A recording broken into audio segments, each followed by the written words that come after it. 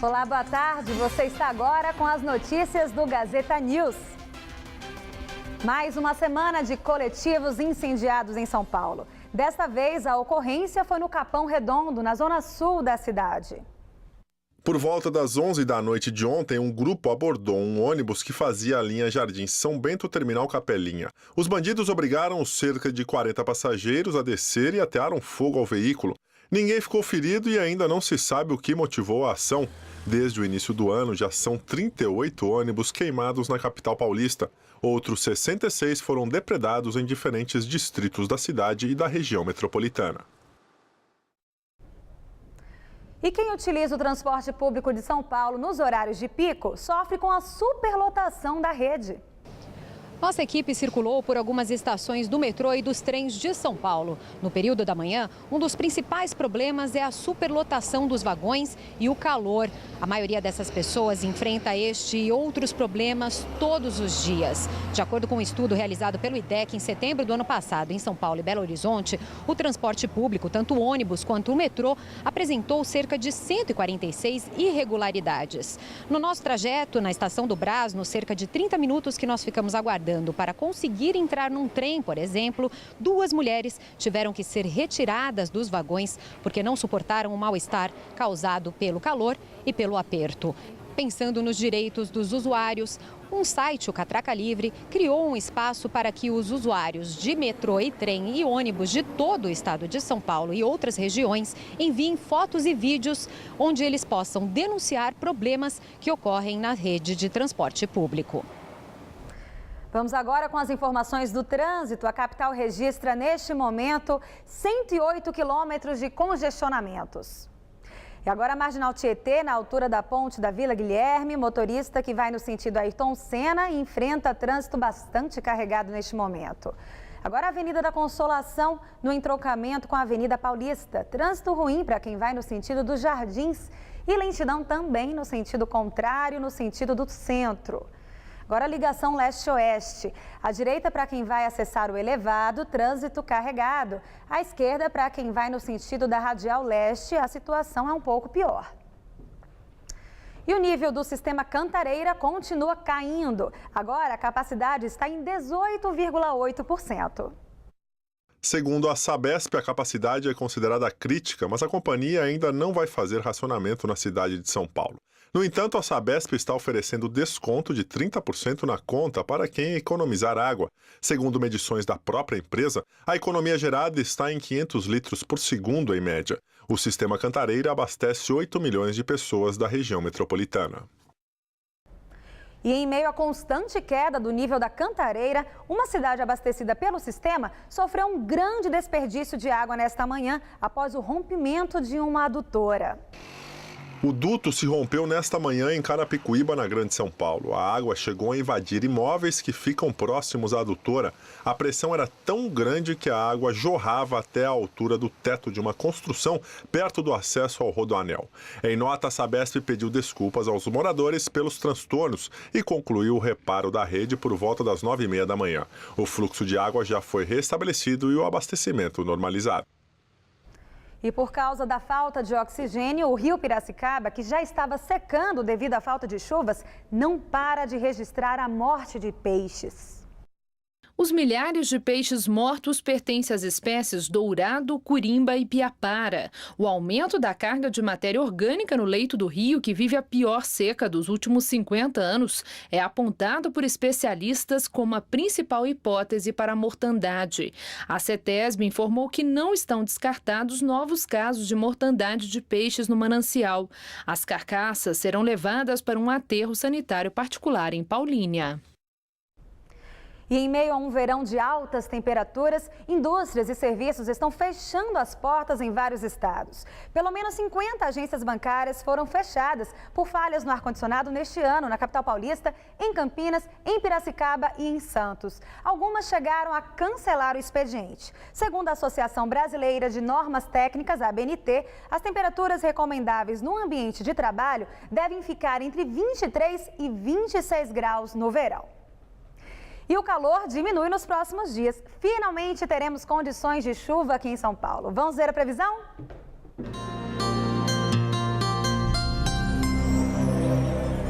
Uma frente fria rompe o bloqueio atmosférico gerado pelo ar seco e avança pelo oceano.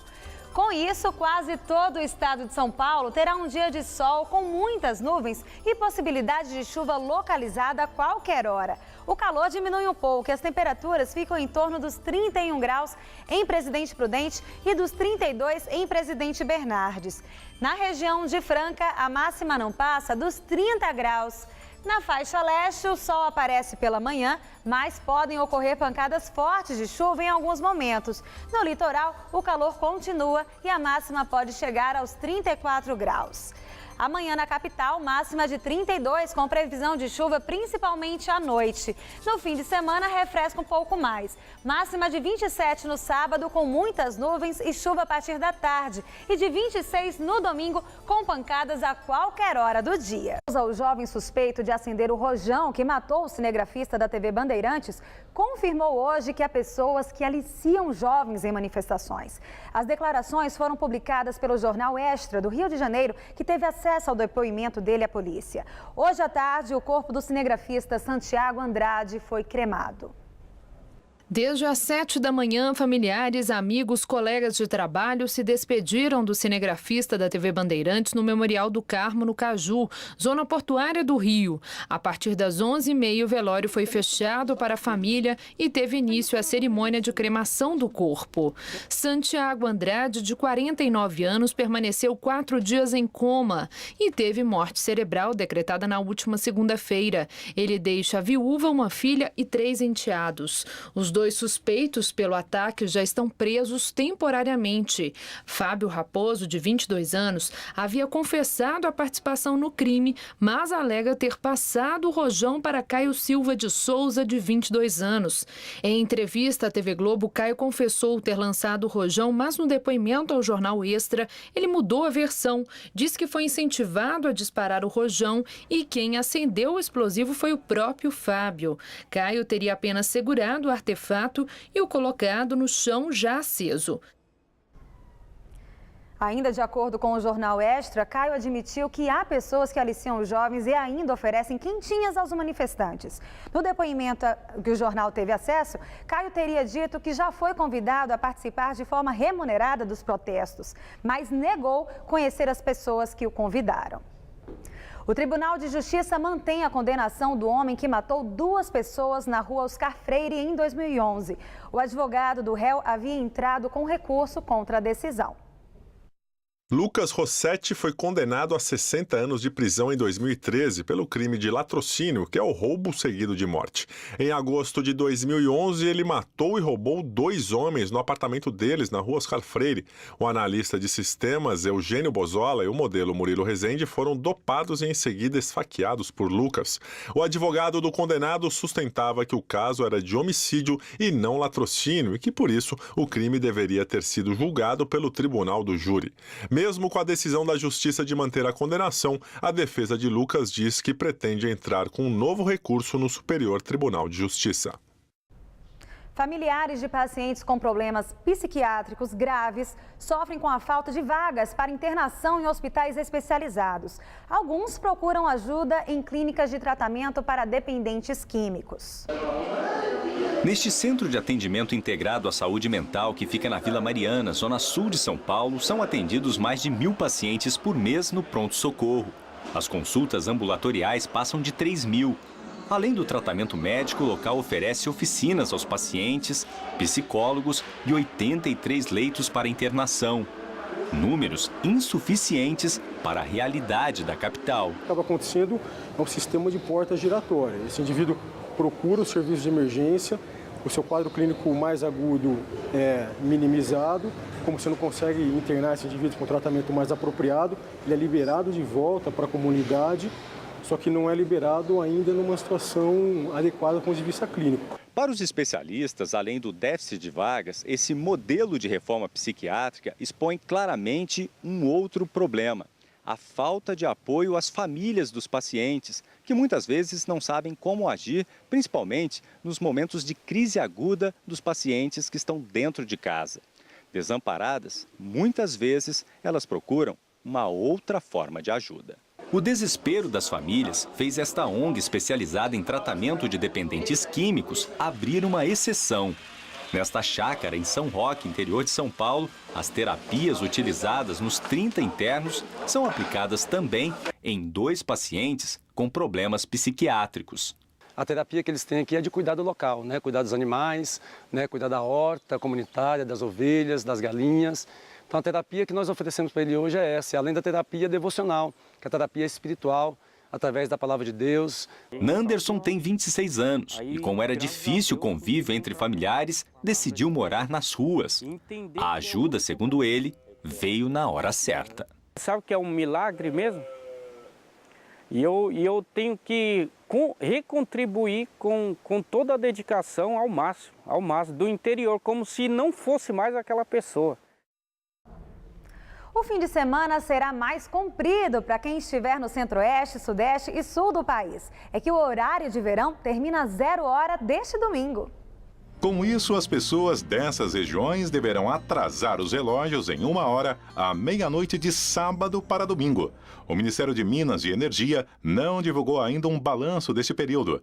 Nos últimos anos, houve economia média de 4,6% no consumo de energia durante o horário de verão.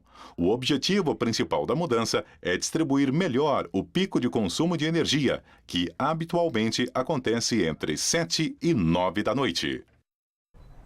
E um projeto fotográfico registra a diversidade dos moradores do bairro do Bom Retiro, no centro de São Paulo.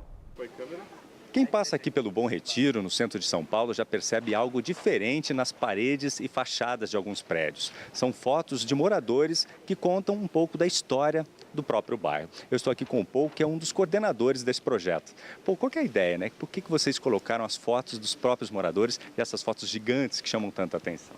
Então, em outubro, a gente fez uma parceria com o fotógrafo Pablo Saborido para justamente criar uma cartografia do Bom Retiro. Isso com 3 intenções. Colocando essas imagens na rua, a gente quer mostrar uma outra imagem do Bom Retiro para os próprios moradores, para mostrar que tem instituições, os lugares onde a gente vai colar, e também para as outras pessoas da cidade que às vezes têm preconceitos sobre esse bairro com a proximidade com a Cracolândia. E esse projeto foi idealizado pela Casa do Povo, que é também um centro cultural que está voltando à vida agora. Era um jeito, de uma maneira institucional, para a gente, para voltar à vida, para mostrar que a gente estava voltando a atividades. E o Gazeta News de hoje termina aqui. Novas notícias logo mais às 7 da noite no Jornal da Gazeta e no Jornal da Gazeta, edição das 10. Fique agora com o Gazeta Esportiva.